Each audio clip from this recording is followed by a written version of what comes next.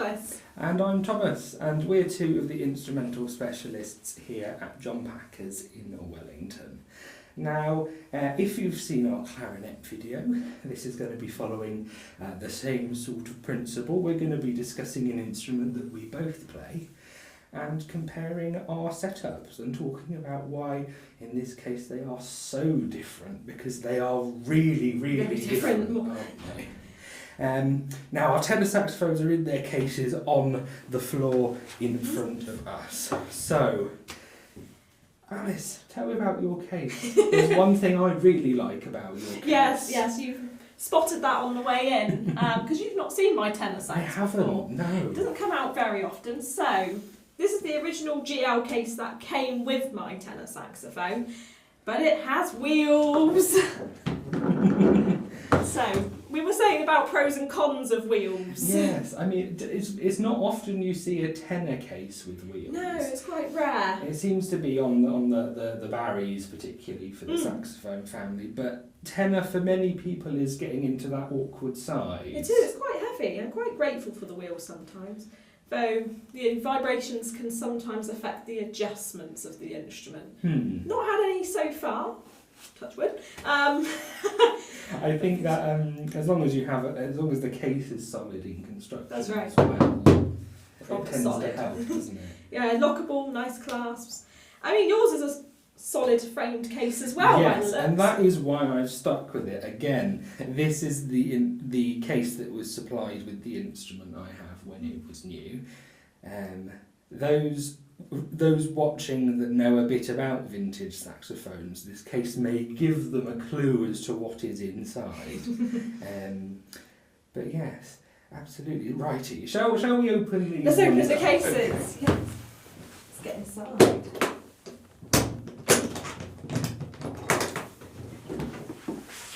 Alrighty. I've instantly spotted that you probably have a limited choice of case as well because of your bell note placement. This is the downside. Now, so what I have here is a Con Director, commonly known as the Shooting Star because of the bell engraving. This particular one is a 1977. My alto's a 77. This is a 1972, I believe. Wow. I have a matching alto.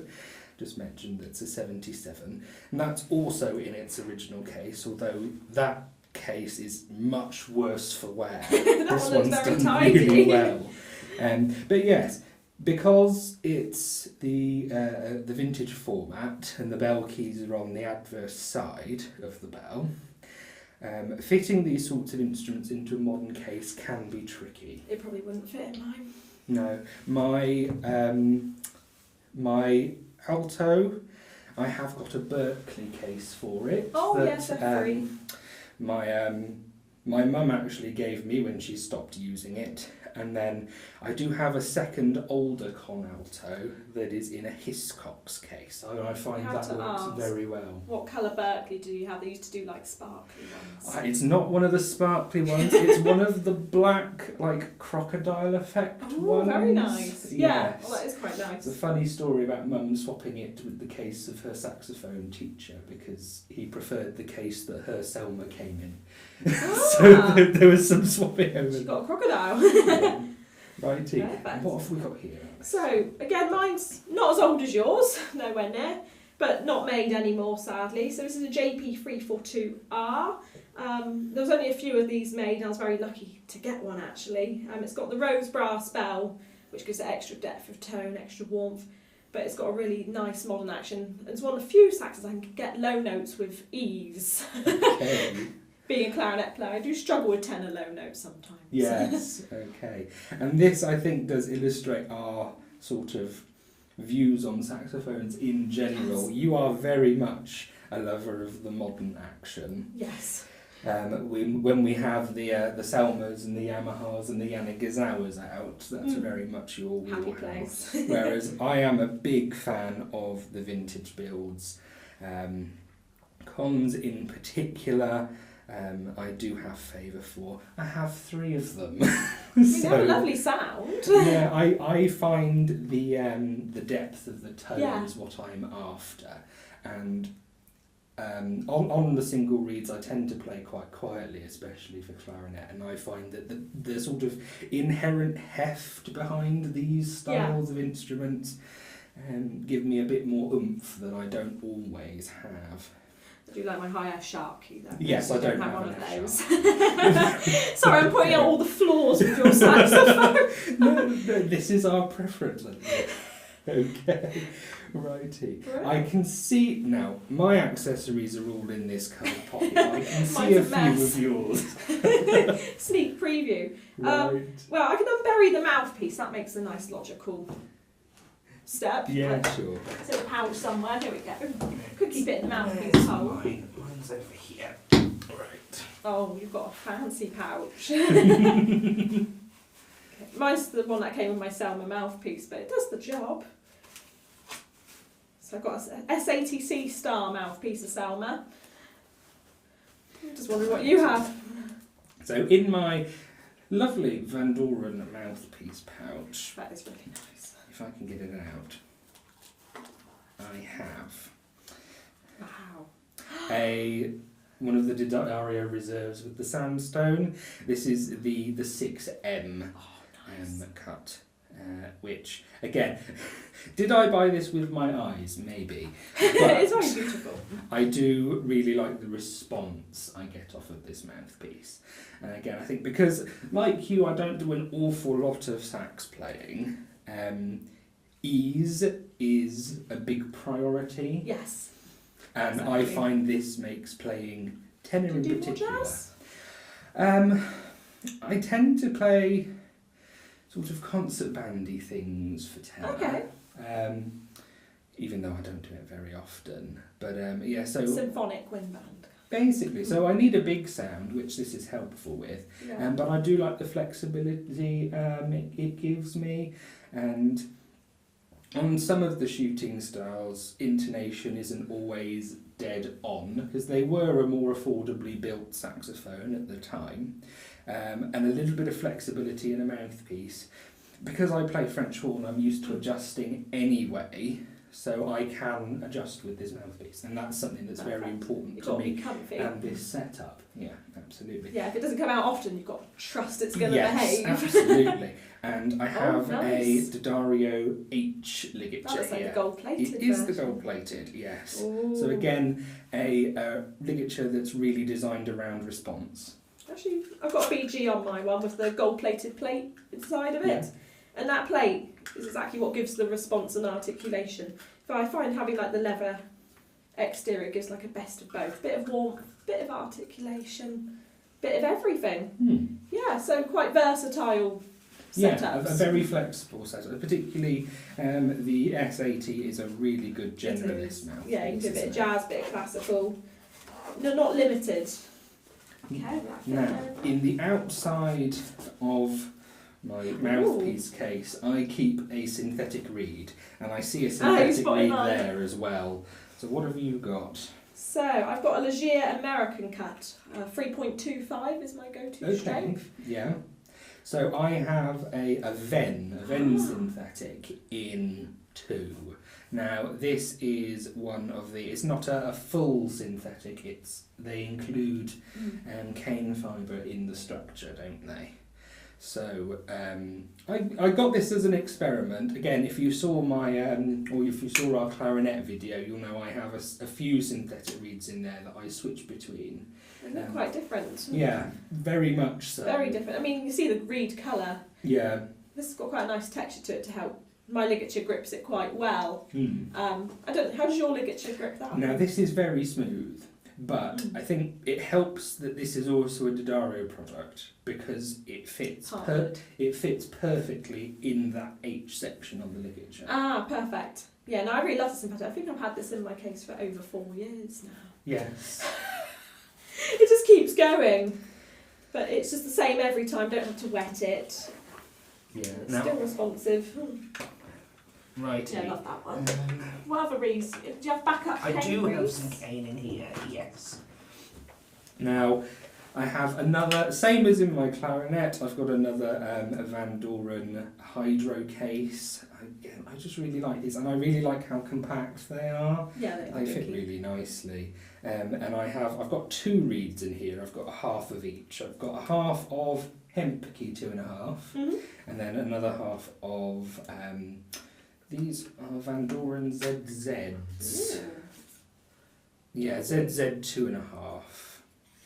So again, I think when I first got this one, I started with the ZZs, and I sort of keep them on hand. They're a good emergency reed. So if I have a couple sealed, I know I can just open them up and they will go. The hemp keys I like to play in, but I prefer the depth I can get off them. They're quite a relatively dark reed. Complements a nice tenor sound. Yeah, absolutely. I just sort of I quite like what I can achieve with those. Oh, we're so different because I've got Van Doren reeds in here. I've got a red Java 3.5. Yeah. And a traditional 3 actually, so I've only got a couple in here, but I could use this reed case for clarinet as well if I wanted. It can fit all sax and all clarinet types. Yes, that's the D'Addario one. That's the D'Addario one. Yeah. I've used up the humidity. I could replace the packet, but I don't think we suffer so much from humidity problems No. in this country. So I haven't replaced that as of yet. Secret Santa idea. But yeah, I like the fact they're numbered inside as well, so you can know your favourites number 1. Yes, they do that on the Hydra case as well. You can rotate them if you're a good musician and rotate them as you're supposed to. They just put the numbers at the top. It's quite helpful for keeping track. Yeah, well, you always have a favourite. Like you try not to have a favourite. Yes. There's always a favourite. Alrighty. Holding it. Tenor sax is a heavy. Very. I'm weak. Righty. So, okay. Again, You've got a harness. I've gone with one of the Rico neck straps. I don't find that I suffer particularly from having something around my neck. And to be frank, with my coordination, getting in and out of a harness it can be a bit of an embarrassment. Took many years of practice. Yeah. I mean, yours good because it's actually memory foam. I do really like the padding on this one. It is Yeah. very comfortable, and I can quickly adjust. So if I am swapping and I need to use this for something else, I can adjust this quite quickly. I have had some slings before where I've had trouble with the adjuster, but I get on really well with this one. Yeah, no, the Rico ones are really good. Comfy and, as I say, easy to use with a snap hook on there. I mean, I've got an E-Attack harness. Again, this is one of the harnesses that have a bit of padding on the shoulders. Yeah. I have used BG as well, but this tends to be my go-to one, just for that little bit extra padding. Fixed in the middle, the BG one, you can kind of like angle the sax more. Okay. The hook goes along a strap, so you've got a bit more movement. But to be honest with you, I always keep it in the same place anyway. Yeah. But, yeah, no, it's quite comfy. Can't live without it. Okay. Otherwise my neck gets pulled down, innit? Not good for posture. No. Or necks. Righty. Okay. Right, so that's harness. You have some cleaners? I do. I have a cleaning cloth and a very old-fashioned Oh wow! pull through. Now, I believe these are some that we had hanging around somewhere, these old stuff. But if you watch the clarinet video, you'll know that I get pull-throughs stuck for a pastime, so I don't think I will ever get myself a fancy Nice big one? pull-through, because I'm only going to get it stuck. Aww. It's quite funny when they get stuck. Yeah, and then I just have a little polishing cloth there, although looking at the saxophone you probably wouldn't know. I should have one of those in there. I don't have one of those in there.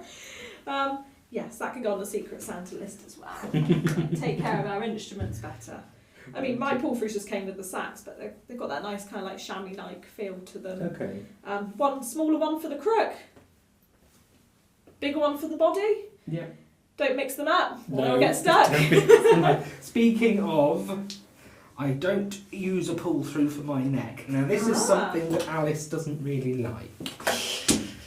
I have now these are pad savers, And I use this for my neck. Now, I do not store it in the neck. I do not leave it in there. That makes me happier.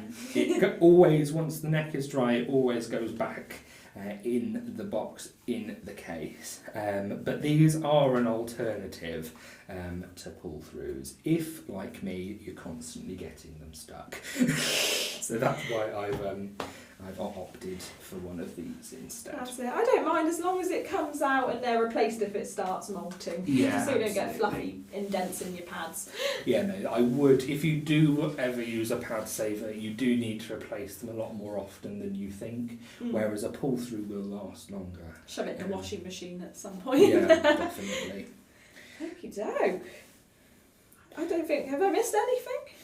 I think that's there. I think we're getting down into the rubble. Oh, I was going to say, you've got the rubble the rubble of empty briefcases. briefcases. So I think that's everything we need to talk about. But yeah, absolutely. So really different setups overall. Why do you like your tenor sax setup? Oh, I love it because it's easy and it sounds good. Yeah. I mean, it's that simple. But the two good things. Yes, it's easy to play and it sounds good, and that's why I like mine as well. But I wouldn't sound good on yours. And I'm sure if I were to play your setup, I'd have to put quite a bit more work into it.